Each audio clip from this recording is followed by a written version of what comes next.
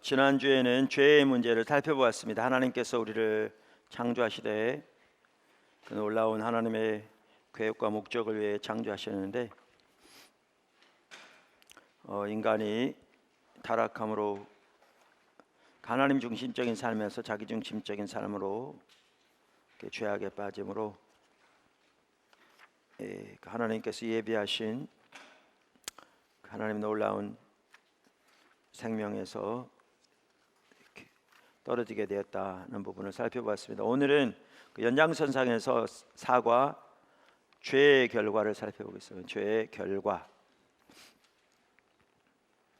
이 부분이 창세기에 잘 나와 있고요. 근데 이거 사실 창세기뿐만 아니라 인류 역사 전체 가운데 반복적으로 볼 수 있는 내용들입니다. 하나님 말씀은 하나님 말씀이기 때문에 한 시대에 국한되지 않고 정말 이렇게 시대를 초월해서 하나님께서 하나님 말씀대로 그 일들이 일어나는 것을 봅니다.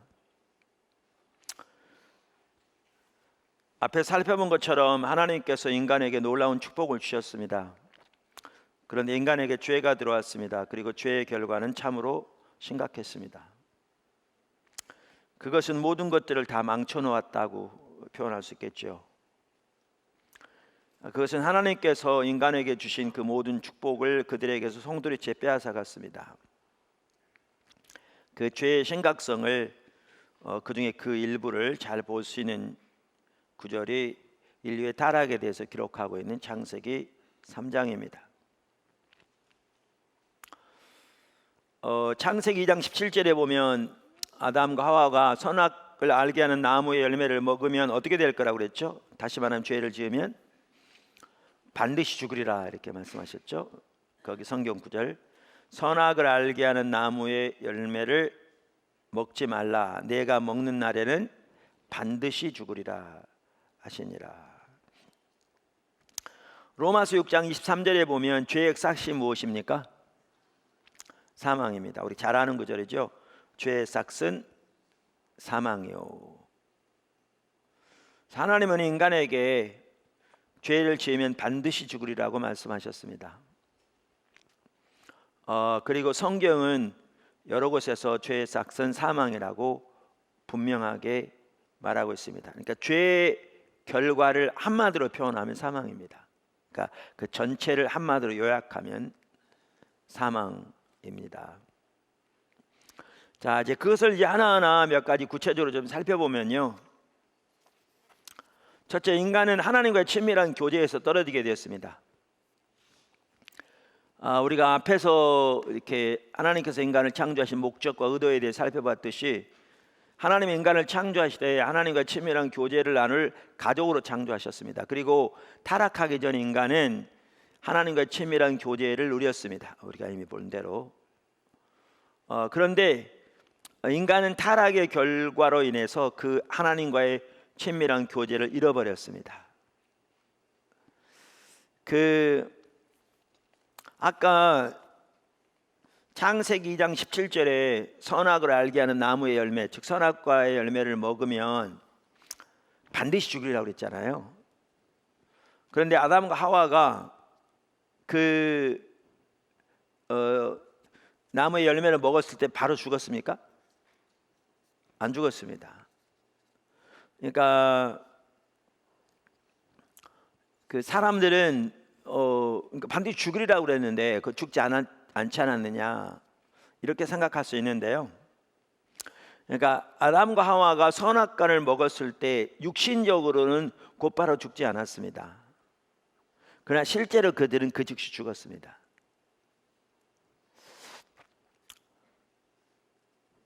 왜냐하면 사실 죽음의 핵심이 뭐냐 하면 생명의 근원이신 하나님에게서 끊어지는 것입니다. 근데 그들은 선악을 알게 하는 나무의 열매를 먹고 자기중심적으로 타락하여 죄를 지었을 때 곧바로 생명의 근원이신 하나님에게서 끊어지게 되었거든요. 그게 사실 죽음의 본질입니다. 죽음의 본질입니다. 그러니까 생명의 근원이신 하나님에서 끊어지는 것, 그게 죽음의 본질이고 죽음의 핵심이죠. 그러니까 마치 꺾어지 않은 꽃과 같습니다. 그러니까 그 꽃꽂이하는 꽃 잘 꽂아놓으면 예쁘잖아요. 근데 사실은 그 가지가 그 나무에서 꺾여지는 순간 죽은 겁니다. 지금 아직 살아있는 것처럼 보이지만, 그리고 곧 말라 죽게 되어 있죠. 마찬가지로 하나님에게서 끊어지는 것, 그것이 죽음의 본질이고요. 그래서 그들은 선악과를 먹는 순간 근본적으로 죽게 되었습니다. 그리고 그들은 하나님의 임재로부터 쫓겨나게 되었습니다.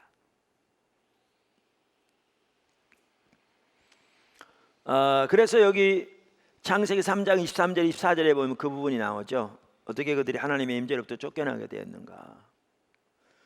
여호와 하나님이 에덴 동산에서 그를 내보내어 그의 근원이 된 땅을 갈게 하시니라. 이같이 하나님이 그 사람을 쫓아내시고 에덴 동산 동쪽에 그룹들과 두루 도는 불칼을 두어 생명나무의 길을 지키게 하시니라.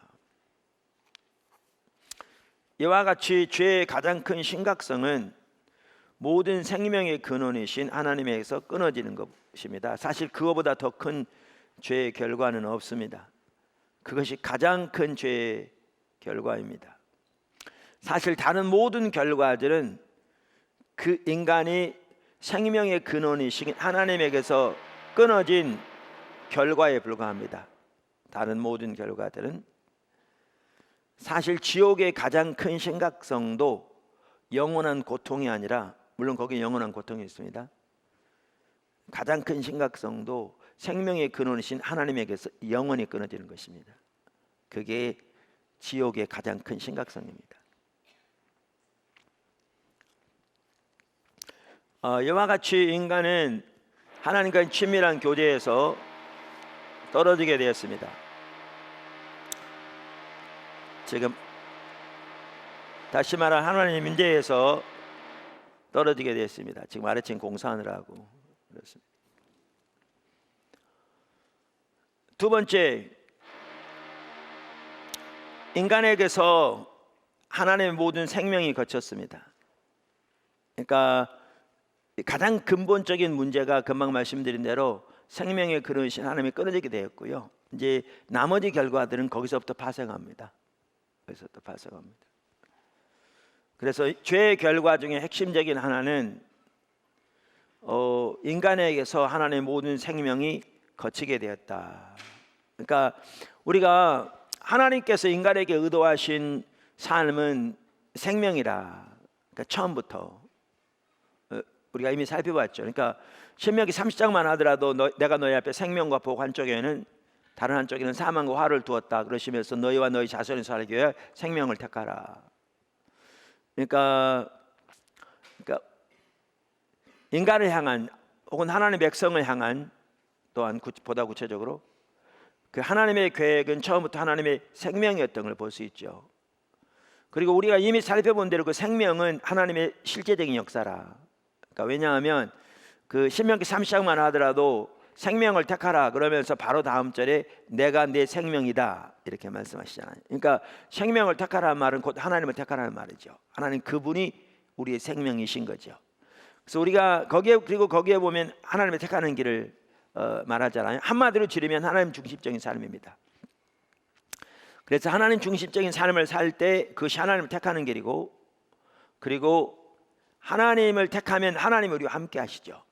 그러면 하나님이 우리와 함께 하시면 하나님이 우리 가운데 함께 하시면서 하나님이 하나님의 백성을 위해서 하시는 하나님의 일들이 우리 가운데 풍성하게 됩니다. 하나님의 공급이라든가 하나님의 보호라든가 하나님의 인도라든가 하나님의 도우심이라든가 하나님의 승리라든가 등등, 이러한 그 하나님께서 하나님의 백성들을 위해서 하시는 실질적인 역사들이 풍성하게 됩니다. 이게 하나님의 생명입니다. 그런데 하나님의 인간을 창조하실 때부터 우리가 이미 살펴본 대로 인간을 향한 하나님의 뜻이 하나님의 생명이었던 걸 볼 수 있습니다. 그러니까 하나님께서 인간을 창조하시고 에덴 동산에 두신 것을 보아도 알 수 있죠. 그리고 하나님께서 처음부터 의도하신 삶은 하나님 중심적인 삶이었습니다. 이미 우리가 살펴보았습니다. 선악과를 통해서도 그것을 볼 수 있습니다. 그리고 인간이 그 하나님 중심적인 삶을 통해 하나님과 동행하는 삶을 살 때 하나님이 예비하신 하나님의 생명이 넘쳤습니다. 그 에덴 동산 안에서는 말씀드린 하나님의 공급이 거기 있었고, 하나님과 친밀한 교제는 가장 핵심적인 것이었고, 우리가 살펴본 대로 하나님의 보호가 그들 가운데 있었고, 하나님의 인도하심이 그들 가운데 있었고, 뿐만 아니라 부부 사이에도 거기는 온전한 화합이 있었고, 이 하나님이 만드신 이 그 다른 모든 피조물들을 다스리는 권세가 인간에게 주어졌고, 그 모든 땅도 인간에게 협조적이었고 등 전반적인 하나님의 생명이 거기에 함께 했습니다. 근데 인간이 하나님 중심적인 삶에서 자기 중심적인 삶으로 타락한 죄를 지은 결과는 가장 근본적으로 살아계신 하나님에서 끊어질 뿐만 아니라, 이것이 가장 근본적인 거죠, 이 하나님이 예비하신 하나님의 생명이 그들에게서 거치게 되었습니다. 그들에게 거치게 되었습니다.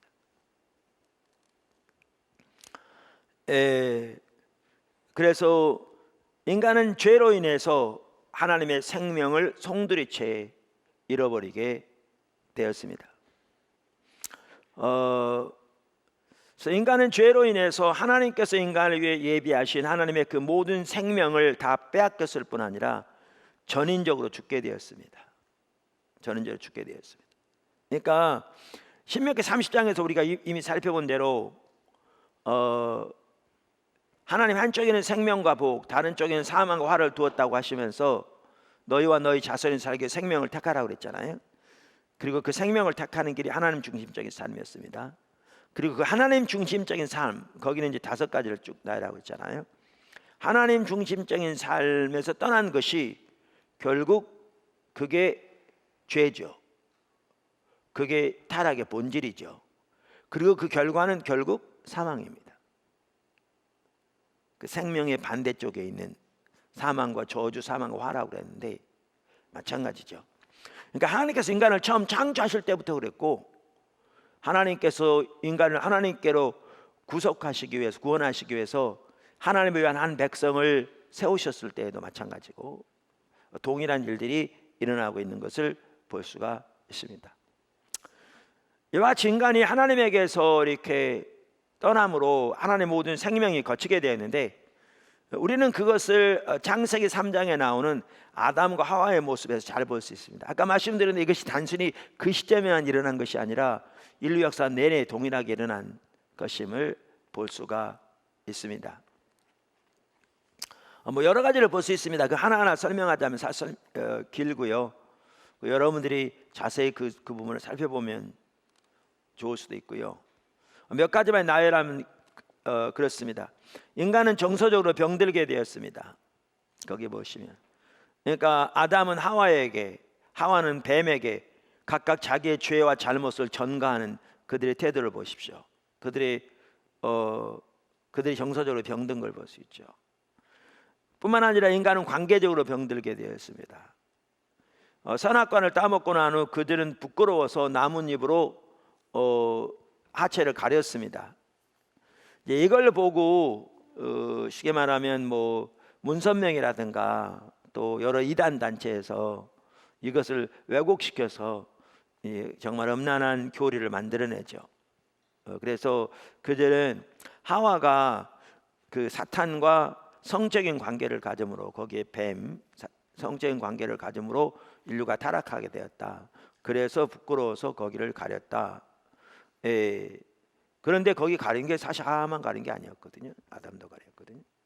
그리고 그래서 인간을 다시 이렇게 회복하려면 이런 문선명의 피를 받아야 되는 건데 그게 다른 게 아니고 문선명이와 성적인 관계를 가진 것을 통해서 자녀들이 태어나는 게 다시 이렇게 회복된다. 근데 아주 음란한 교리죠. 이런 교리들을 만들어내죠. 그런데 금방도 말씀드린 대로 하체를 가는 게 단순히 하와만이 아니었습니다. 그리고 그것은 정말 말도 안 되는 음란한 교리고요. 그들이 만들어낸, 그리고 아담도 가렸습니다. 이건 뭘 말하냐면 부부 사이에도 간격이 생긴 걸 보여주는 거죠. 가장 가까운 부부 사이에도 간격이 생겼다는 것을 보여줍니다. 사실 오늘날도 심지어 예수 믿는 사람들도 하나님과의 관계에 문제가 생기면 그 가장 먼저 나타나는 열매 중에 하나가 뭐냐면 사람과의 관계가 문제 생깁니다. 그러니까 가장 가까운 사람부터 문제가 생기기 시작합니다. 부부, 부모와 자녀 등등. 왜냐하면 인간의 타락의 핵심이 자기중심적인 삶인데, 하나님 중심적인 삶에서 자기중심적인 삶으로 전환하는 게, 전락하는 게 타락의 본질인데, 사람을 대할 때에도 자기중심적으로 대하면 그 관계는 절대로 올바를 수가 없습니다. 그리고 자기중심적인 삶으로 타락하면 하나님의 은혜가 거기 함께하지 않습니다. 그러니까 아담과 하와가 처음 타락했을 때 그 결과로 부부 사이에도 간격이 생기고 문제가 생긴 것처럼, 심지어 오늘날 예수를 믿은 후에도 하나님과의 친밀한 교제 소리가 떠나면, 그래서 하나님 중심적인 삶에서 자기 중심적인 삶으로 타락하면 관계들이 무너집니다. 가장 가까운 관계에서부터. 사실 그래서 오늘날 성도들 삶 속에도 이 문제가 심각합니다. 정말 심각합니다. 뿐만 아니라 인간은 육신적으로 죽게 되었습니다. 하나님께서 아담과 하와에게 그들이 흙에서 났으니 흙으로 돌아갈 것이라고 말씀하셨습니다. 그래서 아까 말씀드린 대로 하나님이 선악을 알게 하는 나무의 열매를 먹는 날에는 반드시 죽이라고 했는데, 그들이 먹는 그 순간 하나님과의 관계에서 단절됨으로 죽게 되었고요, 근본적으로. 그리고 그 결과로 그들의 육신의 몸도 죽게 되었습니다. 뿐만 아니라 더 나아가 자연계도 영향을 받게 되었습니다. 그래서 성경은 인류의 타락의 결과로 자연계도 저주 아래 있다고 말하고 있습니다. 그래서 로마서 8장 21절 22절에 보면, 그 바라는 것은 피조물도 썩어짐의 종노릇한 데서 해방되어 하나님의 자녀들의 영광의 자유에 이르는 것이니라. 피조물이 다 이제까지 함께 탄식하며 함께 고통을 겪고 있는 것을 우리가 아느니라. 그러니까 하나님의 모든 피조물이 인류의 타락의 결과로 인해서 자연계도 그 저주를 받게 되었고 탄식하고 있다, 이렇게 성경을 말하고 있고요. 그래서 그 당시만 하더라도 땅은 엉겅퀴를 내고 가시를 내었고 아담과 하와에게 억압적인 환경이 있게 되었습니다. 그래서 여호와의 증인 같은 경우에는 이 땅이 천국이다, 이미 천국이 임했다, 이렇게 말하고 있는데요, 그거 잘못된 겁니다. 이 자연계도 탄식 가운데 있고요. 그래서 우리가 아는 이 현 질서는 다 두루마리가 말리듯이 말려질 겁니다. 그래서 성경은 새 하늘과 새 땅에 대해서 말하고 있습니다. 그래서 하나님의 아들의 구속은 인류를 구속할 뿐만 아니라 자연계의 구속까지 다 포함합니다. 그게 여기 오늘 본문 말씀이 나와 있고요. 그래서 가장 근본적인 구속은 이 새 하늘과 새 땅에서 이 모든 자연계도 새롭게 회복될 것을 성경은 예언하고 있습니다. 지금 이 땅이 천국이 아닙니다. 이처럼 인간은 하나님께 죄를 짓고 하나님을 등짐으로써 하나님의 모든 생명을 빼앗겼을 뿐 아니라 모든 면에서 사망에 이르게 되었습니다. 영적으로, 정서적으로 혹은 정신적으로, 육체적으로, 관계적으로 혹은 사회적으로, 그리고 환경적으로 병들고 사망에 이르게 되었습니다. 이 죄의 결과가 얼마나 심각한가를 보십시오. 모든 영역에 이르게 되었습니다. 모든 영역에. 그만큼 죄의 결과가 심각합니다. 세 번째, 인간은 죄와 사망과 사탄의 노예가 되었습니다. 그러니까 하나님과의 관계가 단절되고, 그래서 하나님께서 인간에 의해서 예비하신 모든 생명을 빼앗겼을 뿐만 아니라 더 나아가 인간은 죄와 사망과 사탄의 노예가 되었습니다. 죄와 사망과 사탄의 노예가 되었습니다. 작은 첫 번째, 하나님께 불순종함으로 인간은 하나님의 형상을 잃어버렸습니다. 하나님의 형상을 잃어버렸습니다. 그러니까 우리는 앞에서 하나님께서 인간을 하나님의 형상으로 창조하셨다 살펴봤습니다. 그리고 하나님의 형상으로 창조하셔서 하나님을 대표하고 대신해서 하나님의 왕적 대리인으로서 모든 피조물을 다스리도록 하셨다라는 것을 살펴보았습니다. 우리가 이미 살펴본 대로 하나님의 형상은 왕권과 깊은 관련이 있고, 더 나아가 하나님의 영광과도 깊은 관련이 있다. 그 부분을 살펴보았습니다. 그래서 시편 8편에서도 우리가 그 부분 보았는데, 시편 8편 5절에 보면 여기 그는 인간이죠. 인자, 사람인 자들 자자.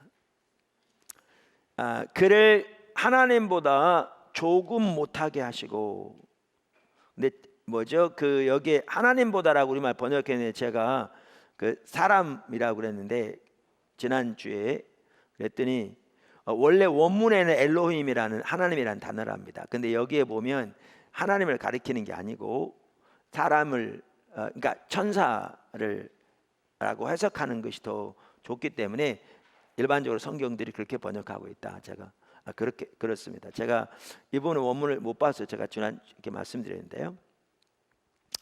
그렇습니다. 그러니까 그를 천사보다 조금 못하게 하시고 영화와 존귀로 관씌우셨나이다. 그러니까 지난주에도 살펴본 대로 여기 시편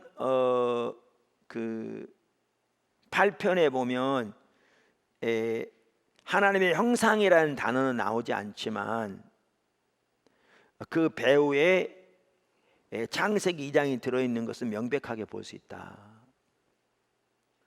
그래서 하나님의 형상으로 창조하신 인간에게 하나님이 영광과 존귀로 관시우셨다. 영광과 존귀로. 그래서 왕적 대리인으로서 하나님을 대표하고 대신해서 모든 다른 피조물을 다스리게 하셨다. 이렇게 살펴봤습니다. 신약성경 고린도전서 11장 7절에도 이렇게 볼 수 있는데요. 남자는 하나님의 형상과 영광이니. 여기에 보면 하나님의 형상과 같이 뭐를 연관시켰죠? 영광을 이렇게 연결시킨 걸 볼 수가 있습니다. 이와 같이 하나님의 형상과 밀접한 관계가 있는 것이 하나님의 영광입니다. 그래서 지난주에도 잠깐 언급했습니다마는 유대인들의 전통에 의하면 그들은 타락 전 아담이 천사들처럼 영광으로 덧입혀져 아담에게 하나님의 영광이 덧입혀져 있었다고 믿었답니다. 유대인의 전통에 의하면 그들은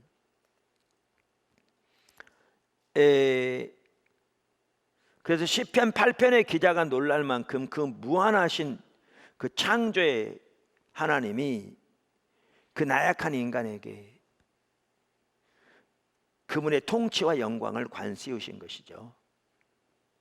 그게 하나님이 인간을 하나님의 형상으로 창조하셨다라는 말 속에 포함된 내용입니다. 그런데 인간은 하나님께 불순종함으로 그 모든 하나님 형상을 잃어버렸습니다. 그 모든 하나님 형상을 잃어버렸습니다. 다시 말해서 그 왕적인 지위와 다스리는 권세와 하나님의 영광을 잃어버렸습니다. 작은 두 번째, 그 영광을 그러니까 잃어버릴 뿐만 아니라 노예가 되었죠. 노예가 됐죠. 그래서 인간은 먼저 죄의 노예가 되었습니다. 죄의 노예가. 그러니까 옛날로 따지면 그 화려한 권세와 영광을 가지고 있던 왕이 그 모든 권세와 영광과 지위를 박탈당할 뿐만 아니라 이방 나라의 포로로 잡혀가서 처참한 노예로 전락했다. 이렇게 생각하면 얼마나 이렇게 비참한 일이겠습니까? 그런데 그게 인간에게 일어난 일입니다. 인간에게 일어난 일입니다. 그러니까 하나님의 형상으로 창조함을 받아 하나님의 그 영광과 권세가 덧입혀진 그 인간이 자기중심적인 삶으로 전락할 죄를 범함으로 그 모든 왕적인 지위와 권세와 영광을 박탈당하고 이제 노예가 된 거죠. 노예가 된 거죠. 비참하게 된 거죠. 그런데 가장 먼저 뭐의 노예가 되었느냐? 죄의 노예가 된 거죠. 죄. 그래서 아담의 죄로 인하여 아담의 죄로 인하여 그러니까 잃어버린 그 자리를 죄가 들어와서 그러니까 하나님 형상을 잃어버린 그 자리를 죄가 들어와 차지하고 인류를 다스리기 시작했습니다. 그래서 인간은 하나님의 형상으로 그 모든 왕권과 영광으로 다른 모든 피조물을 다스리는 자리에서 쫓겨나 죄의 노예가 된 신세로 전락하고 말았습니다. 지금 말씀드린 대로. 자, 여기 로마서 5장 12절 한번 같이 한번 읽어볼까요? 시작.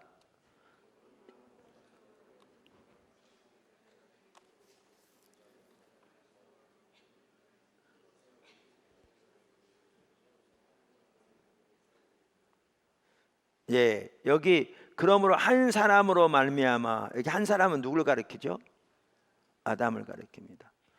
그러니까 신약 성경에서도 아담을 인류의 대표자로 이해하고 있습니다. 지난번에 말씀드린 대로 하나님께서 인간을 창조하시고 그 이름을 아담이라고 하셨는데 아담이란 뜻은 사람이란 뜻입니다. 그러니까 하나님이 사람을 창조하시고 이름을 사람이라고 하셨죠. 그러니까 이 말의 의미는 하나님이 아담을 인류의 대표자로 창조하신 거죠. 그래서 아담을 향한 하나님의 계획을 보면 인류를 향한 하나님의 계획을 볼 수 있다. 이거를 말씀드렸고요. 신약에서도 아담을 그 인류를 대표하는 자로 이렇게 표현하고 있습니다. 그러므로 한 사람으로 말미암아 죄가 세상에 들어오고 그 죄로 말미암아 사망이 들어왔나니 이와 같이 모든 사람이 죄를 범하였으므로 사망이 모든 사람에게 이르렀느니라. 어떤 분들은 이제 이런 얘기를 많이 합니다. 원죄 또 자범죄 이런 얘기를 많이 합니다. 그러니까 원죄라는 것은 아담의 죄로 인해서 모든 인류가 그 안에서 죄를 짓게 되었다. 그런 뜻이고요. 자범죄는 자기가 지은 죄를 말합니다. 그래서 모든 사람은 원죄로 인해서 죽게 되었다 그랬는데요. 저는 개인적으로 그렇게 믿지 않습니다. 그러니까 그러니까 그렇게 믿는 사람들이 있습니다. 특별히 장로교 같은 데도 그런데 여기에 보면 성경을 보시면 아담으로 인해 죄가 들어오게 되었습니다. 그리고 죄를 통해 사망이 들어오게 되었고요. 그 다음에 모든 사람이 죄를 범함으로 사망에 이르게 되었습니다. 그러니까 모든 사람이 아담의 죄 때문에 지옥 가는 게 아니고요, 자기 죄 때문에 지옥 갑니다. 자, 그러면 이제 이런 질문들이 나옵니다. 태어나자마자 죽은 아기 같은 경우는 지옥 가느냐 천국 가느냐라는 거죠.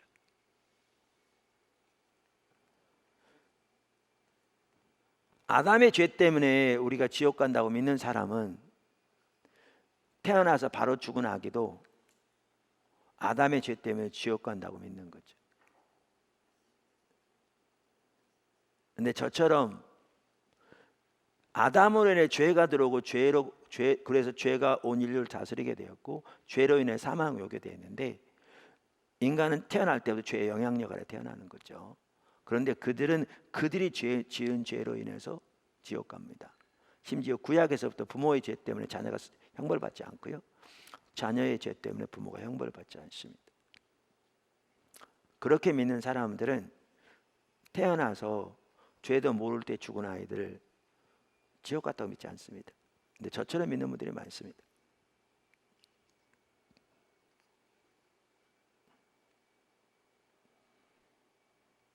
그래서 인간은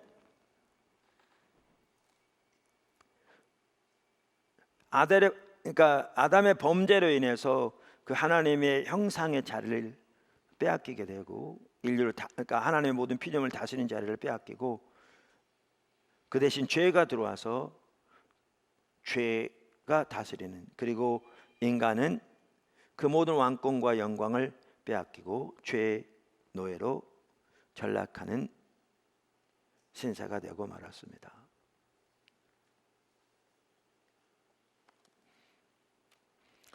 그래서 아담의 불순종을 통해서 죄가 세상에 들어오게 되었고 죄가 왕노릇하게 되었습니다.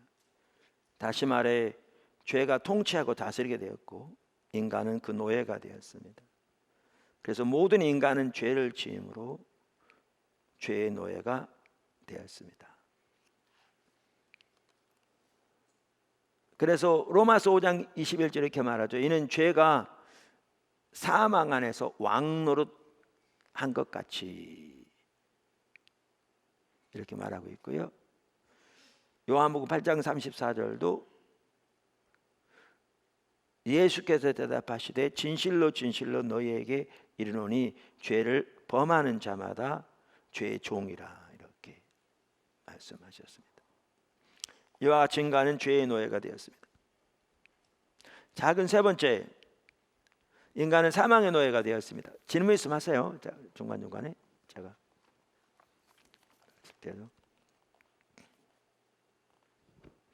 자, 로마서 5장 12절 거기 다시 한번 보시면 죄와 함께 무엇이 들어왔습니까? 5장 12절. 그럼 한 사람으로 말미암아 죄가 세상에 들어오고 죄로 말미암아 뭐가 들어왔다고요? 사망이 들어왔나니.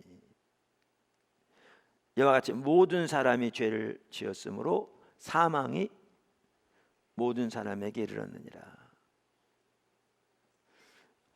그래서 죄와 함께 사망이 들어오게 되었고요. 그러면 모든 인간은 누구의 죄 때문에 사망에 이르게 되었습니까? 지금 설명드렸는데 자기 죄 때문에 사망에 이르게 되었습니다. 자기 죄 때문에.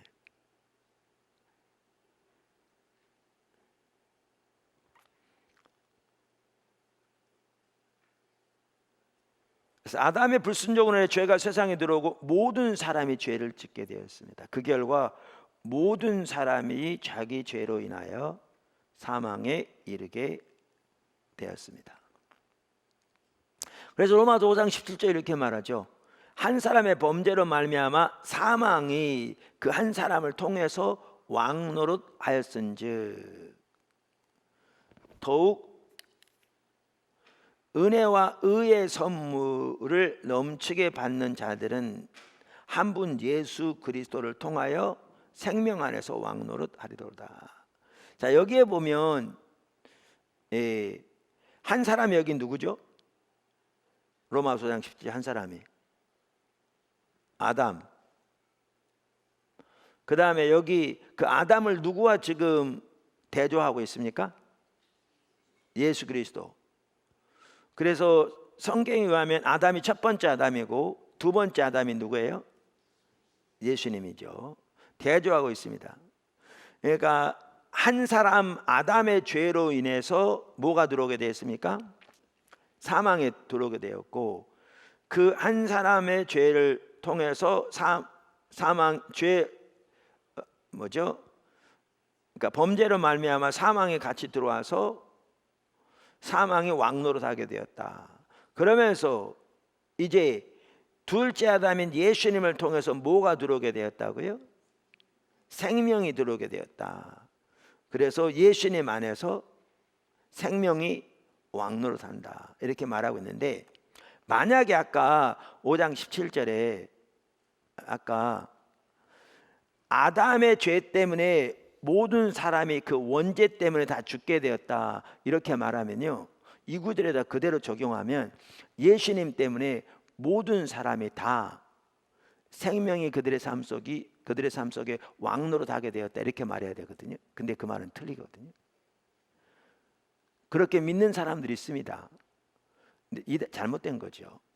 예수님이 십자가 부활을 통해 인류의 구속을 이루셨기 때문에 모든 인류는 다 구원받게 되어 있다 이렇게 믿는, 틀리죠. 예수를 통해서 의와 생명이 왕노릇하게 되는데 누가 그 은혜를 누리게 되죠? 예수를 믿는 자가 누리게 되죠. 믿는 자가 누리게 되죠.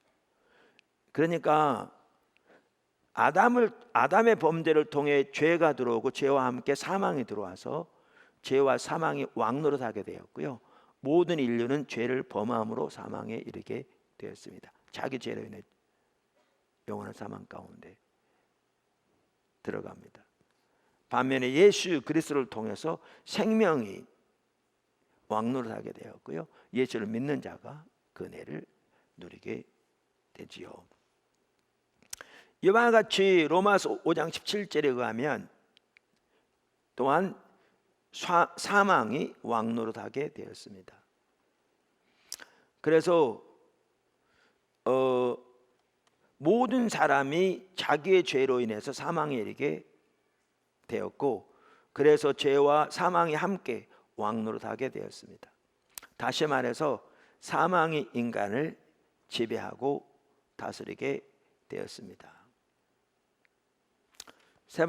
네 번째, 인간은 또한 누구의 노예가 되었습니까? 사탄의 노예가 되었습니다. 그러니까 죄와 사망과 사탄, 이것은 밀접한 관계가 있습니다. 세 가지는 죄와 사망과 사탄.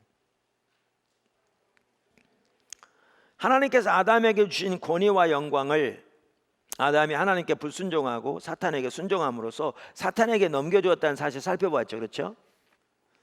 네, 그래서 예수님이 시험하는 사탄의 모습에서 우리가 그 부분을 볼 수 있다 이미 살펴봤습니다. 그래서 성경은 사탄을 이 세상 신 고린도서 4장 4절, 이 세상의 임금 요한복음 12장 31절, 혹은 공중의 권세 잡은 자 에베소 2장 2절라고 부르고 있습니다. 그래서 아담의 불순종으로 인하여 사탄은 죄와 사망을 무기로 삼아서 인간을 지배하고 다스리는 왕노릇하게 되었습니다. 인간을 지배하고 다스리는 왕노릇하게 되었습니다. 그래서 여기 지금 사탄에 대한 표현들 여기 쭉 나오죠. 보시면, 자, 그러면 우리가 이 부분 참 우리가 그 주일날 그 하나님 나라에 대해 살펴보면서 이 부분을 살펴봤는데, 사탄의 나라는 특징을 크게 두 가지로 보면 쉽게 알 수 있다고 했는데, 죄와 사망과 사탄이 밀접하게 결탁돼 있다. 지금 우리가 살펴본 것처럼 인류의 타락으로 인해서 죄가 들어오고 죄와 함께 사망이 들어와서 왕노릇하게 되었고, 그 배후에 결국 사탄이 인간을 다스리게 되었다. 살펴보았습니다. 근데 또 사탄의 나라의 특징을 한 가지 더 살펴보는 게 뭐라고요? 세상과 자기중심적인 삶과 사탄이 밀접하게 관련돼 있다. 이게 사탄의 나라의 특징이다. 우리가 살펴봤습니다. 그래서 세상과 자기중심적인 삶과 사탄, 이 세 가지가 밀접하게 관련이 있습니다. 이 부분을 잘 볼 수 있는 구절이 어디냐면 그 에베소서 2장 1절 3절입니다.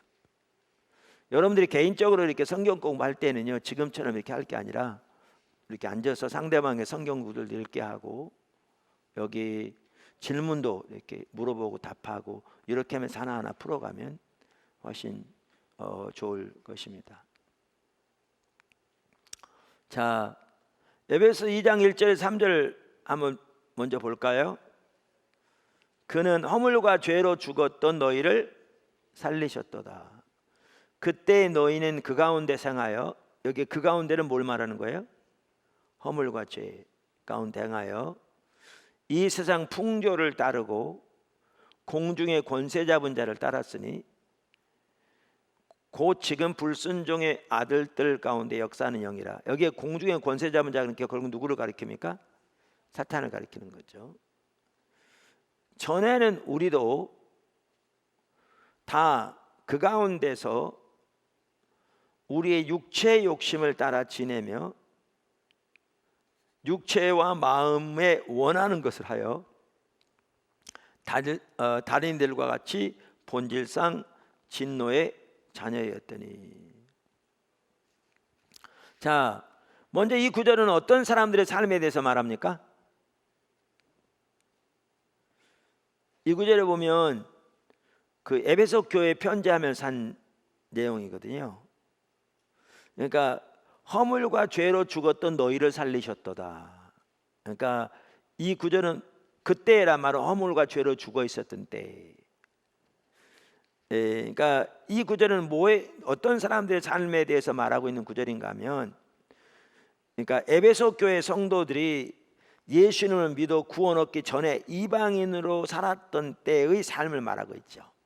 그러니까 다시 말하면 안 믿는 사람들의 삶을 말하고 있는 겁니다. 하나님을 모르는 안 믿는 사람들의 삶을 말하고 있는 거죠. 자, 그러면 그 안 믿는 사람들의 삶을 말하고 있는데 이 구절에 보면 그러한 사람들의 삶의 특징이 세 가지가 나옵니다. 그 세 가지가 뭐죠? 안 믿는 사람들의 삶의 특징. 첫째는 이 세상 풍조를 따르는 삶이고, 두 번째는 공중의 권세 잡은 자 사탄을 따르는 삶이고, 세 번째는 그러니까 우리 육체의 욕심을 따라 육체와 마음이 원하는 대로 사는 삶. 그러니까 이게 뭐예요? 한마디로 줄이면 자기중심적인 삶이죠. 그러니까 타락한 육신의 본성을 따르는 삶. 타락한 육신의 본성을 따르는 삶. 이게 다른 말로 표현하면 자기중심적인 삶이죠. 타락한 육신의 본성을 따르는 삶. 그러니까 여기에 보면 세상 풍조를 따르는 삶, 그 다음에 타락한 육신의 본성을 따르는 삶, 다른 말로 하면 자기중심적인 삶, 그 다음에 사탄을 따르는 삶이 밀접하게 관련된 걸 볼 수 있어요. 이 세 개가. 이게 사탄의 나라의 특징입니다. 그러면 이 삶의 결과는 뭐예요? 거기 보면 허물과 죄로 죽었던, 그러니까 이 삶의 결과는 죄 가운데 죽어 있는 삶입니다. 그리고 그렇게 하여 다른이들과 같이 본질상 진노의 자녀였더니, 이걸 보면 하나님의 진노가 거기에 있는 삶이죠. 그러니까 이게 불신자들의 삶입니다. 그러니까 우리가 앞에서 지금 보았듯이 아담의 타락으로 인해 죄가 들어오고 죄와 함께 사망이 들어와서 인류는 하나님 주신 그 위대한 지위를 잃어버리고 영광을 잃어버리고 죄와 사망의 노예가 되었는데, 그 배후에 누가 있다고요? 사탄이 있다고요. 그래서 사탄의 노예가 되게 되었다. 그래서 사탄의 나라는 죄와 사망과 사탄이 다스리는, 결탁돼 있는, 그런데 또 다른 특징이 그와 밀접하게 관련이 있는데, 여기에 보시면 세상 풍조를 따르고 타락한 자기 육신의 본성을 따르는 삶, 자기중심적인 삶, 그리고 그것이 곧 사탄을 따르는 삶이다. 그리고 뭐죠? 그것은 허물과 죄로 죽어있는 삶이고 하나님의 진노가 거기에 머무는 삶이다 라는 것을 볼 수가 있습니다. 자, 그러면 여기서 말하는 세상 풍조는 뭐예요? 세상 풍조, 여기에 말하는 세상 풍조는 여기 제가 정리해 놨는데요, 여기서 말하는 세상은 하나님을 떠난 세속적인 가치관, 즉 하나님을 대적하는 현세적인 기준과 가치를 따르는 세상 체계를 말합니다. 그래서 세상 풍조는 그러한 세상의 풍조를 말하죠. 그러한 세상의 풍조. 그러니까 제가 여러 번 말씀드린 대로 안 믿는 사람들에게 사탄의 존재를 얘기하면 비웃는다고요. 너 혹시 정신 나간 거 아니냐? 지금 우리가 21세기에 살고 있는데 너 중세시대에 살고 있어? 라는 식으로 조롱한다고요. 근데 성경은 명백하게 뭐라고 말하고 있는가 하면, 사탄의 존재를 인정하건 안 하건 상관없이 타락한 자기 육신의 본성을 따르는 삶, 즉 자기중심적인 삶, 그리고 그것이 밀접하게 결탁되어 있는 게 뭐냐면 세상의 풍조를 따르는 삶인데, 이 세상의 풍조를 따르는 삶은 그 배후에 사탄이 있다고요. 그러니까 사탄의 존재를 인정하건 안 하건 그게 사탄의 통치 아래에 있는, 죄와 사망의 통치 아래에 있는 그 삶이고, 그 삶의 결과는 하나님의 진노고 영원한 사망인 거죠. 이게 뭐죠? 그것이 창세기 3장에 나오든지 에베소 교회 성도들에게 적용되든지 예수 믿기 전에 오늘날이든지 시대를 초월해서 하나님을 떠난 인류의 모습입니다. 그러니까 이 사탄의 나라에서 우리가 앞으로 3권에 나옵니다마는 구원받는다는 것은 하나님 나라로 옮겨지게 된 것을 말하죠. 그러니까 사탄은 오늘날도 아담과 하와에게 했던 것처럼 나를 따르라 그러지 않는다니까요. 내 마음대로 살아라 그런다니까요. 근데 그게 결국 사탄을 따르는 삶입니다. 오늘날 사탄교에서도 실제로 그렇게 가르친답니다. 누가 저한테 그 어디서 사탄교에서 가르치는 그 기록을 보고 저한테 적어서 보내줬어요. 사탄교에 실제로 그렇게 가르칩니다. 사탄을 따르라 가르치는 게 아니고 너 자신을 따르라. 네 자신을 원하는 대로 살아라 이렇게 말하는 거죠. 네 마음대로 살아라.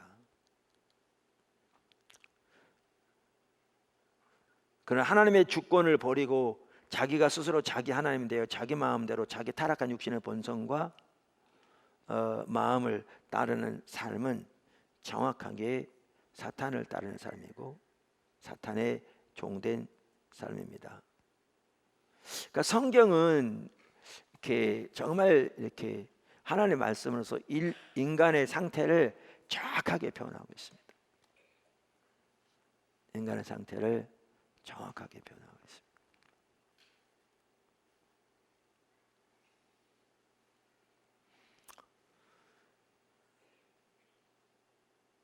자, 이제 네 번째입니다. 인간은 영원한 사망과 심판을 당하게 되었습니다. 이제 심각합니다. 인간은 영원한 사망과 심판을 당하게 되었습니다. 우리가 앞에 살펴봤습니다만 하나님께서 인간에게 의도하신 삶은 영원한 삶이었습니다. 그래서 에덴 동산 중앙에 생명나무가 있었다고 했잖아요. 그 과실을 먹으면 영원히 살게 되어 있는, 이건 하나님이 인간에게 의도하신 삶이 영원한 삶이었던 걸 보여줍니다. 명확하게. 하나님 처음부터 그러셨습니다. 처음부터. 그 창세기가요, 요즘 쓰여진 책이 아닙니다. 지금부터 수천 년 전에 쓰여진 거죠. 오래전에 쓰여진 겁니다. 성경만 하더라도 여러 세기를 거쳐서 여러 사람들을 위해 성령의 감동으로 쓰여졌죠. 그런데 성경은 일관되게 하나님께서 인간을 위해서 예비하신 삶은 영원한 생명이라는 것을 말씀하고 있습니다. 그래서 점진적인 계시라고 그러거든요. 하나님의 뜻이 점차적으로 더 우리에게 선명하게 보여진 거죠. 그러니까 하나님의 뜻이 발전된 게 아니고요. 우리가 카메라를 잡으면 이렇게 멀리 비쳤을 때 초점이 덜 맞다가 점점 맞춰가면 이제 점점 또렷해지는 거잖아요. 그런 것처럼 점진적으로 또렷하게 보여지는 거죠. 그리고 하나님의 가장 온전하고 최종적인 계시가 예수 그리스도죠.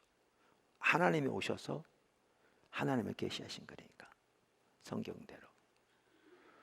그래서 우리가 그 예수 그리스도를 통해서 그리고 신약 성경을 보면 예수님에 관한 이 부분이 더 명확하죠. 근데 하나님의 의도는 처음부터 인간을 향한 하나님의 계획은 영원한 생명이었습니다. 근데 인간이 하나님께 범죄하여 하나님을 떠남으로 그 결과는 영원한 사망과 심판을 당하게 되었습니다. 정말 죄의 결과가 크죠. 영원한 사망과 심판을 당하게 되었습니다. 그러니까 인간이 하나님과의 친밀한 교제에서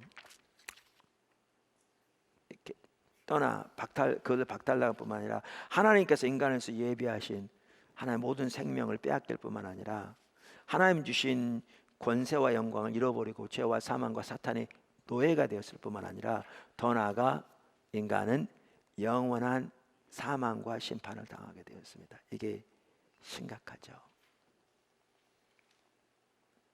심각하죠. 그래서 말씀드린 대로 에덴 동산 중앙에 생명나무를 두었는데 인간의 죄로 인해서 그 생명나무에 대한 접근이 차단된 것에서도 볼 수 있듯이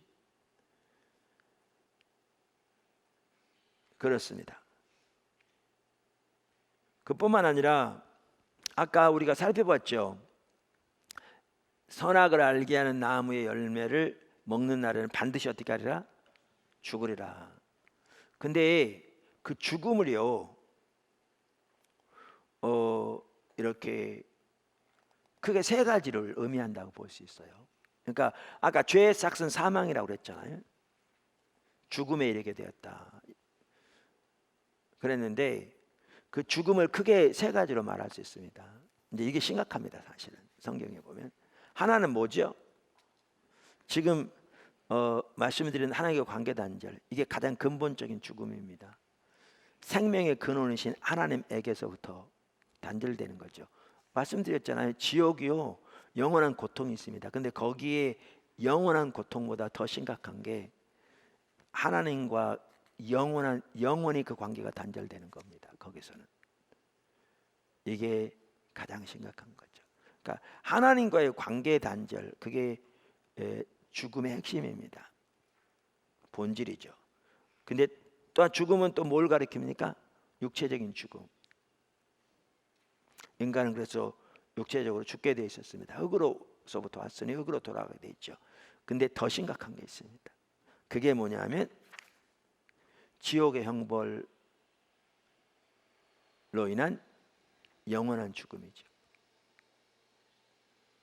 지옥의 형벌로 인한 영원한 죽음. 하나님께서 말씀하신 죽음의 세 가지가 다 포함되어 있습니다.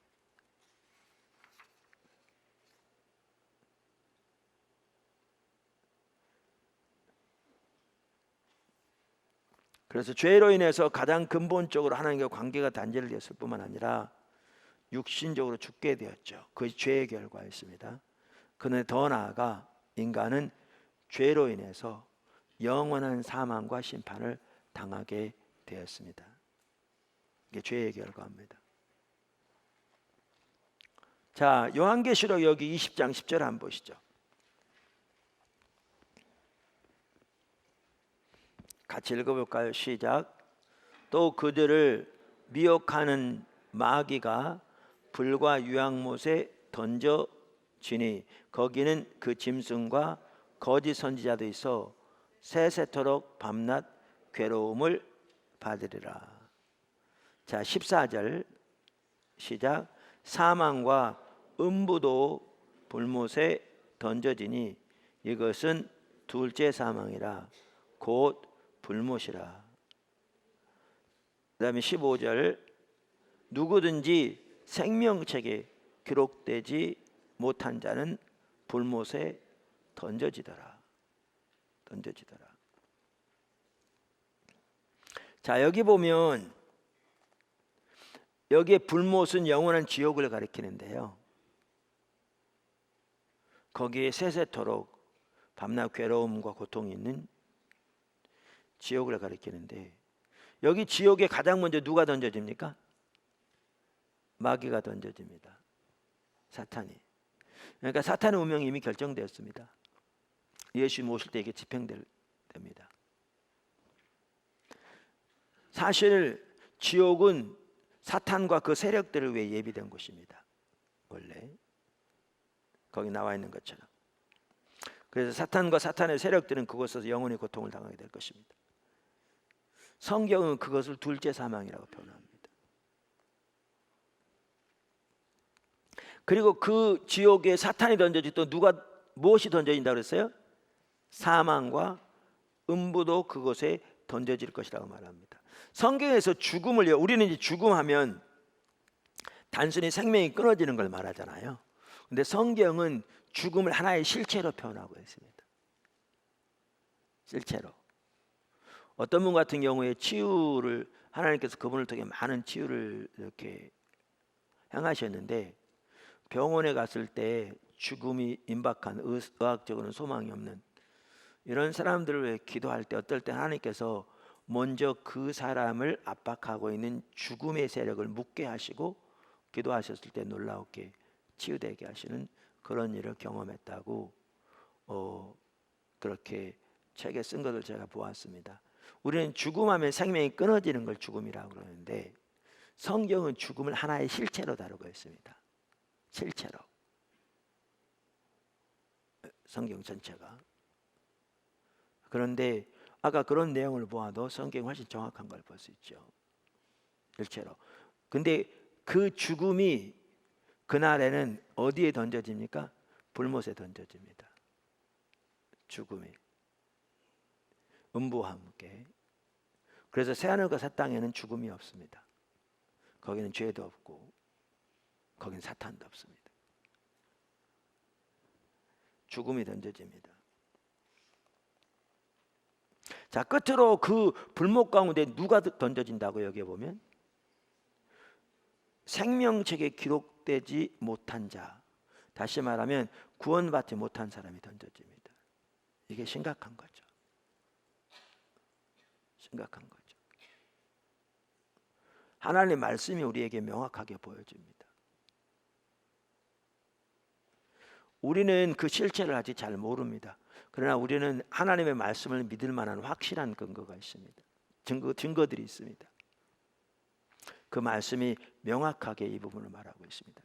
지금까지 표현한 거 보세요. 타락한 인류에 대해서 기록하고 있는 성경의 말씀을 보세요. 얼마나 정확한지. 제가 지난주에도 말씀드린 대로 우리가 첫 번째 시간에 창조의 하나님을 살펴보면서 진화론의 허구성에 대해 살펴봤습니다. 지금 학교 교육, 문화, 과학뿐만 아니라 언론, 정치, 그 모든 것이 진화론에 기초하고 있습니다. 교육은 말할 것도 없고 인류 사회 지금 현재 전체적으로. 근데 진화에 대한 어떠한 과학적인 근거도 없는 걸 이미 말씀드렸습니다. 근데 최근에 이슈가 되었던 거 보세요. 과학이 점점 발달하다 보니까 그 근거가 나타나는데, 지금 지구상에 존재하는 이 생물들이 동일한 시기에 다 생기게 되었다는 것이 유전자 지도를 통해서 증명된 거잖아요. 최근 일입니다. 이거 완전히 진화론의 바탕을 없애버리는 겁니다. 왜냐하면 진화론은 우연히 생겨난 아메바 단세포 생물로부터 먼 시간에 걸쳐서 여러 종류로 진화했다는 것인데, 먼 시간에 걸쳐서. 그런데 지금 지구상에 존재하는 생물들이 동시대에 같은 시기에 존재하게 되었다는 것은 이 모든 걸 다 뒤엎어버리는 거거든요. 성경대로 하나님이 그 종류대로 창조하셨다는 걸 뒷받침하는 거거든요. 이게 진화론자들이 최근에 발표한 내용입니다. 그리고 그 결과가 매우 진화론에 심각한 결과를 가져올 수 있으니까 더 살펴보고 다 살펴봤는데도 그런 거죠. 그리고 반복적으로 나온 내용이 이쪽 종에서 이쪽 종으로 이렇게 진화되었으면 그 중간 종이 있어야 할 텐데, 중간 종에 대한 어떠한 화석도 어떠한 근거도 없는 거죠.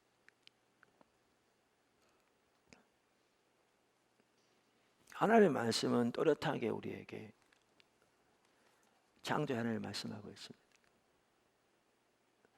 그 하나님의 말씀에 이 부분이 명확하게 우리에게 말하고 있는 것이죠. 그래서 여기에 보시면 사탄과 그의 세력들이 불목 가운데 던져지고요.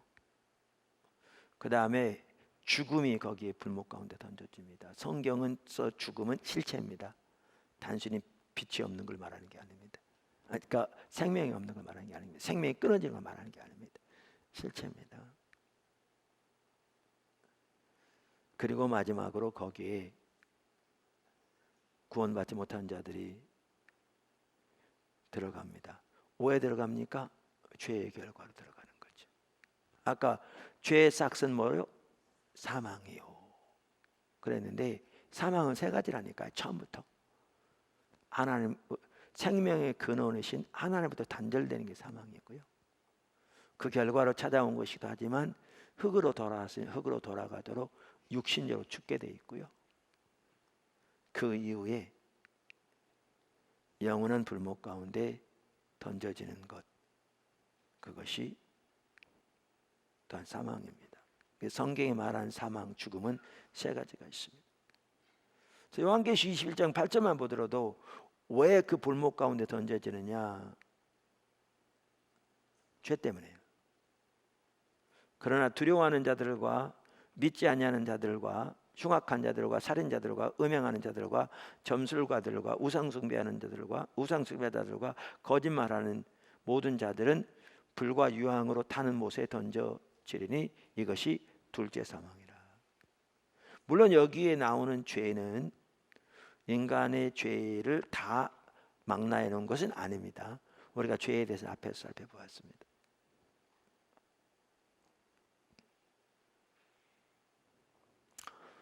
자, 그런데 여기에 보면 이것을 몇째 사망이라고 그랬어요? 둘째 사망이라고 그랬어요. 왜 둘째 사망이라고 그랬죠?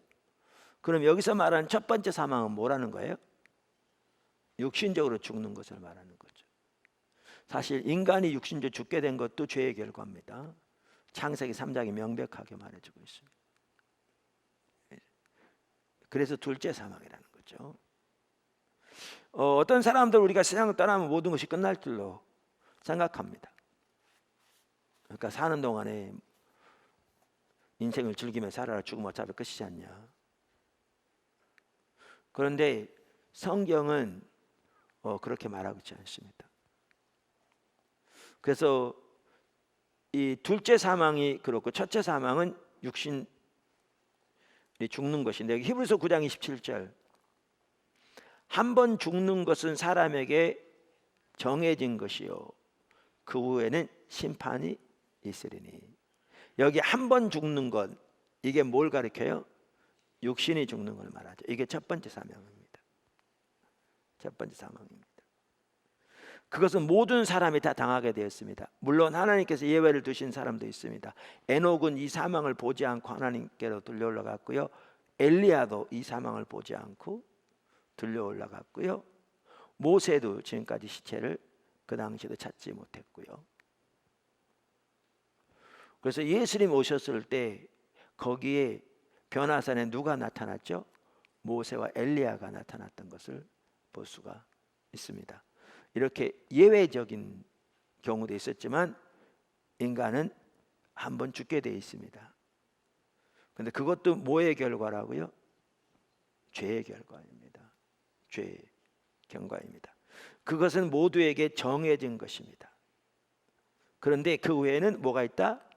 심판이 있다. 이렇게 말합니다.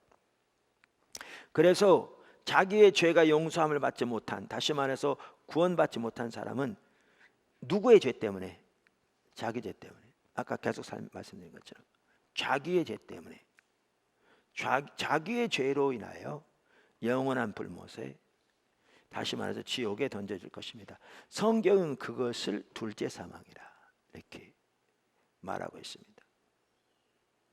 그래서 예수님도 여기 누가복음 12장 5절에 보면 이렇게 말씀하셨습니다.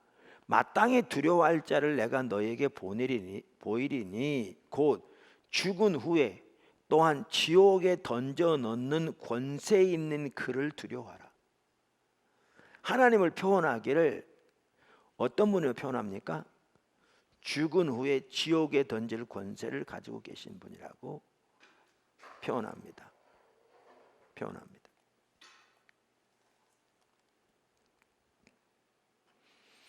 그리고 그분을 두려워하라, 경외하라 이렇게 표현합니다. 이런 내용을 말하면 어떤 사람들은 반발합니다. 특별히 현대에 사는 사람들은 지옥을 얘기하면 반발합니다. 여러 가지 면에서 반발하죠. 그 대표적인 한 가지는 뭐냐면 하나님은 사랑의 하나님인데 그렇게 하실 수 있냐? 그럼 어떻게 사랑의 하나님이냐? 그래서 여기서 나온 게 이제 만민 구원설입니다. 하나가 하나님의 사랑이시니까 예수님의 십자가 부활을 통해 인류의 죄를 구속하셨으니까 모든 인류는 자동적으로 구원 얻을 것이다. 이게 만민 구원설입니다. Universal Salvation이라고 그러나 안 맞죠. 죄로 인해 두 번째 사망에 이르게 되죠. 어떤 사람들은 자기 삶에 대한 하나님의 도덕적인 평가 자체를 부인합니다. 자기 삶이 어떠한 다른 절대적인 존재에 의해서 도덕적으로 평가받는 자체를 부인합니다. 그런 얘기를 하면 화를 내죠. 자기 인생 자기가 알아서 하는 건데 누가 내 인생에 장나라 콩나라 하겠느냐, 그 얘기죠. 근데 생각해 보시죠. 몇 년 전에 미국에서 10살짜리 여자아이를 납치해서 성적으로 심하게 폭행하고 죽여서 봉지에 싸서 버린 사건이 있었습니다. 만약 여러분이 판사고 그 범인이 여러분 앞에 끌려왔다면 당신은 어떤 판결을 내리시겠습니까?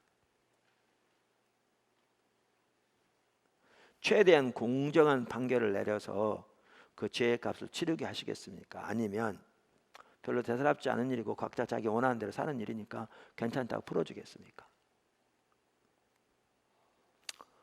천지를 창조하신 절대 하나님이 계십니다. 그분은 도덕적인 하나님이십니다. 그분은 온전히 공의로우신 분이시고요, 동시에 온전히 사랑하신 분입니다. 그러므로 모든 인간은 그분 앞에서 심판을 받도록 되어 있습니다.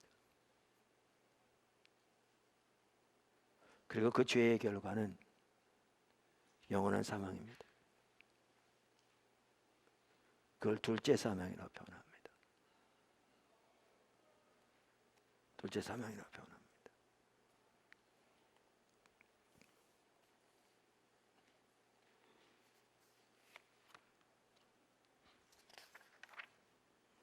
여기에 한 가지 매우 심각한 내용이 있습니다. 그게 뭐냐 하면 죄를 지은 인간은 한편으로는 이미 하나님의 심판을 받았다는 겁니다. 그러니까 앞으로 받을 것이 아니고 이미 받았다는 거죠. 이미. 성경은 그렇게 말하고 있습니다. 어디에 그렇게 나오는가? 요한복음 3장 16절부터 보시면 잘 나옵니다. 우리가 잘 아는 구절이잖아요. 요한복음 3장 16절, 그럼 너무나 잘 아는 구절이죠. 하나님이 세상을 이처럼 사랑하사 독생자를 주셨으니 이는 그를 믿는 자마다 멸망하지 않고 영생을 얻게 하려 하심이니라. 자, 여기 보면 하나님께서 하나님의 독생자 예수님을 이 땅에 보내신 목적이 뭡니까? 여기 보면 세상을 구원하시기 위해서. 그렇죠. 자, 그럼 하나님은 세상을 사랑하셔서 그 세상이 멸망하지 않고 그 세상이 영생을 얻도록 하기 위해서 독생자를 보내셨다고 말씀하고 있는데, 여기 세상은 뭘 가리키죠? 그러니까 우리가 성경을 해석할 때 중요한 게 문맥에서 해석한다 그랬잖아요. 아까 우리가 살펴봤듯이 세상의 풍조를 따르는 삶이 불신자들의 삶이라고 그랬잖아요. 그 세상은 하나님을 대적하는 세상 체계를 가리키거든요. 근데 여기에 보면 하나님이 그 세상을 사랑하셨다고 그랬잖아요. 물론 아까 그 세상은 사도 바울이 한 말이죠. 물론 성령의 감동으로. 근데 여기는 사도 요한이 한 말이죠. 성령의 감동. 근데 동일하게 사도 요한일서 2장에서는 이 세상이나 세상에 있는 것들을 사랑하지 말라 표현하고 있거든요. 세상을 사랑하면 하나님 원수가 되는 것이다. 그러니까 둘이 안 맞잖아요. 그래서 우리는 이 성경을 해석할 때 그 본문 내에서 그 말의 의미가 무엇인가를 보아야 합니다. 문맥을 보고 해석해야 합니다.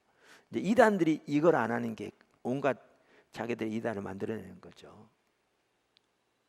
성경이 말하는 건 전혀 다르게. 근데 여기에 세상은 뭘 가리켜요? 하나님의 피조물인데 하나님을 대적하고 떠나 하나님의 심판 안에 있는 그 잃어버린 영혼들을 말하는 거죠. 그들을 사랑하셔서 그들이 멸망을 당하지 않고 영생을 얻도록 하기 위해서 하나님이 독생자를 이 땅에 보내셨다, 이렇게 말하고 있죠. 이것이 하나님의 사랑이죠. 그래서 이 구절이 매우 우리가 잘 아는 중요한 구절이죠.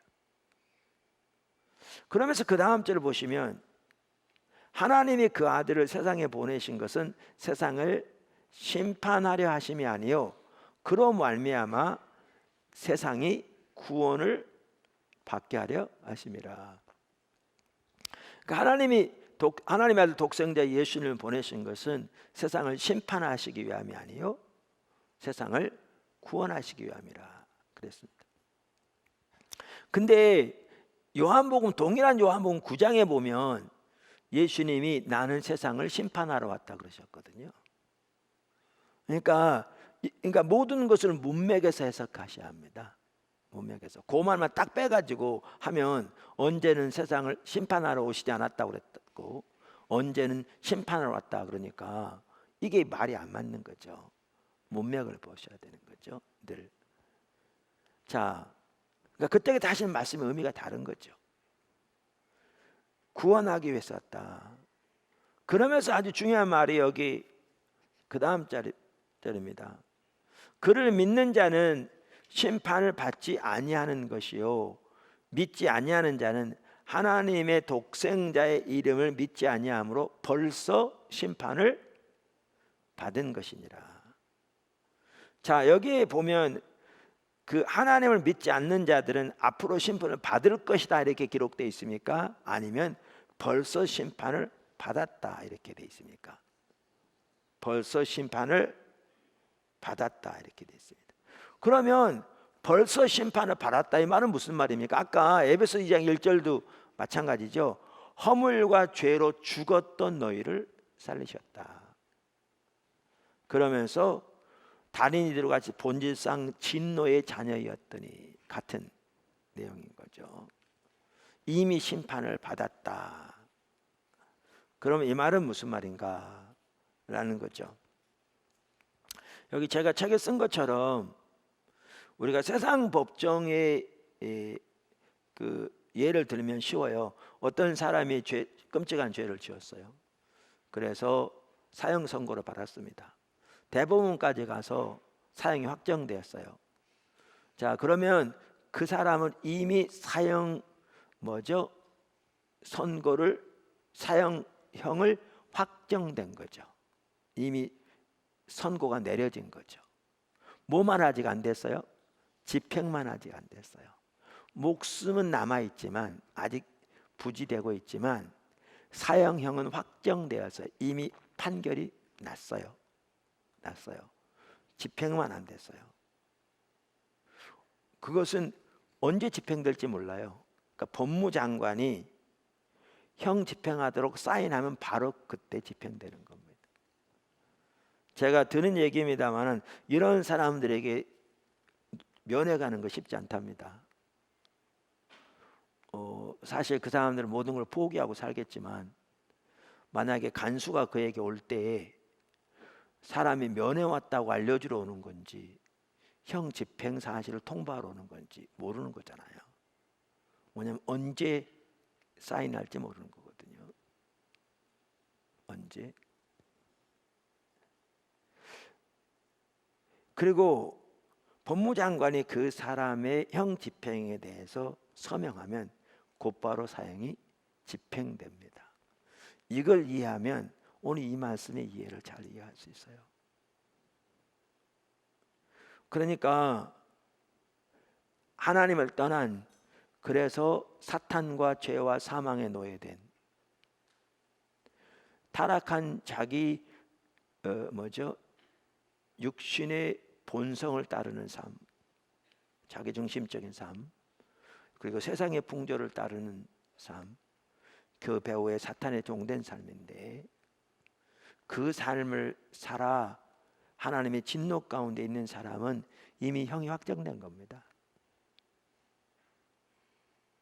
뭐만 안 됐어요?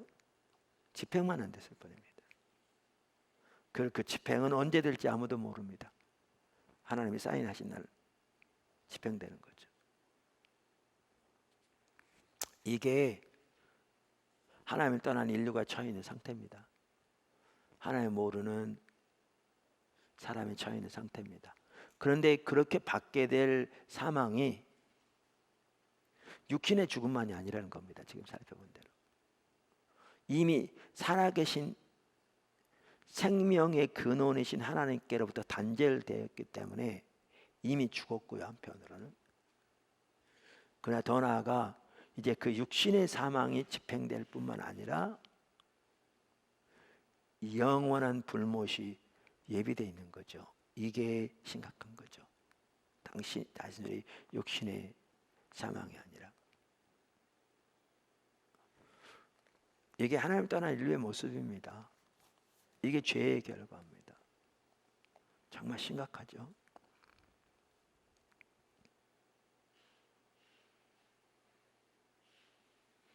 그래서 무디 목사님인가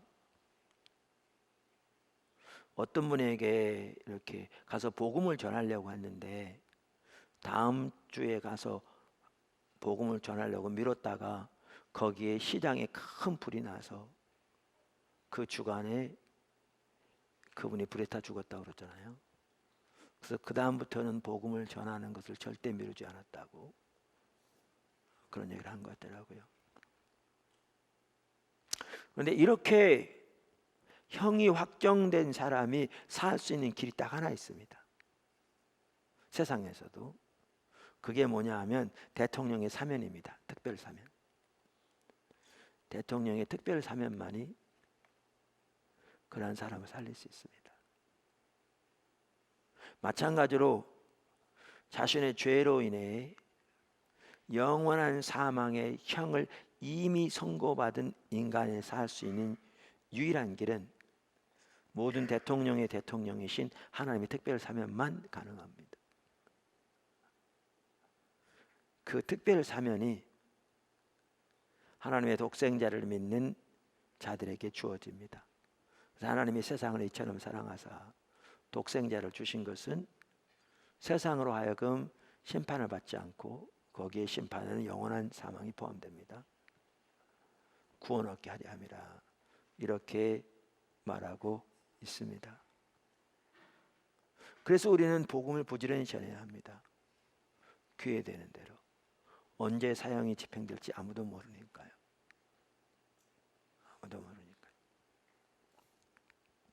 그래서 하나님의 독생자의 이름을 믿지 않는 자는 벌써 심판을 받았다는 말이 그 뜻입니다. 그만큼 죄를 지은 인간은 심각한 상태에 놓여 있습니다. 오늘 인간의 죄의 결과를 보았습니다. 근데 이건 단순히 창세기 3장에 나오는 내용이 아니고요. 수천 년이 지난 오늘까지도 앞으로도 하나님의 피조물인 인간이 하나님 중심적인 삶을 버리고 하나님이 왕 대신 삶을 버리고 자기가 스스로 자기 하나님 되기를 선택했을 때, 그래서 죄에 빠지게 되었을 때 죄의 결과로 어떠한 결과들이 나타나게 되었는가를 지속적으로 볼 수 있는 구절입니다. 그만큼 죄의 결과를 심각합니다. 그래서 죄의 결과를 이와 같이 저는 크게 네 가지로 요약해놨는데요. 첫째는 죄의 결과로 인간은 생명의 근원이신 하나님과의 친밀한 교제에서 떨어지게 되었습니다. 이것이 가장 근본적인 문제였습니다. 둘째, 인간에게서 하나님의 모든 생명이 거쳤습니다. 모든 생명이 거쳤습니다. 셋째, 인간은 죄와 사망과 사탄의 노예가 되었습니다. 하나님의 왕적 대리인으로서 하나님의 영광과 권세가 그와 함께 있던 하나님의 형상을 잃어버리고 죄와 사망과 사탄의 노예가 되었습니다. 그리고 인간은 영원한 사망과 심판을 당하게 되었습니다. 이것이 죄의 결과고 오늘날에도 심각한 결과입니다. 무엇보다 그 죄를 지은 인간은 이미 하나님의 심판을 받은 상태에 있습니다. 집행만 되지 않았습니다. 우리가 이런 걸 기억하면서 이렇게 우리 주변에 있는 사람들도 그들을 하나님께 인도하기 위해서 복음을 전하는 일에 힘써야 될 줄로 믿습니다. 질문 없으시면 기도하겠습니다.